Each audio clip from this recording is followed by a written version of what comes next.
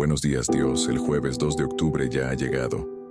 Padre, te doy gracias por este nuevo amanecer, por la oportunidad de ver la luz de un nuevo día. Señor, en este momento de mi vida me refugio en ti, porque confío en ti, y sé que no me darás la espalda.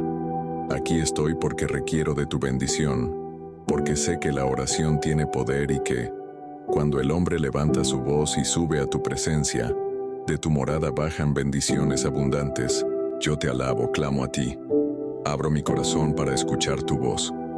En esta mañana te presento mis necesidades, mis peticiones. Las pongo a tus pies.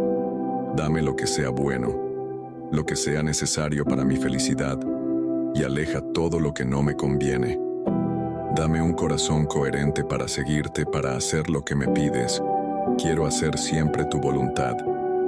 En el nombre de Jesús. Amén.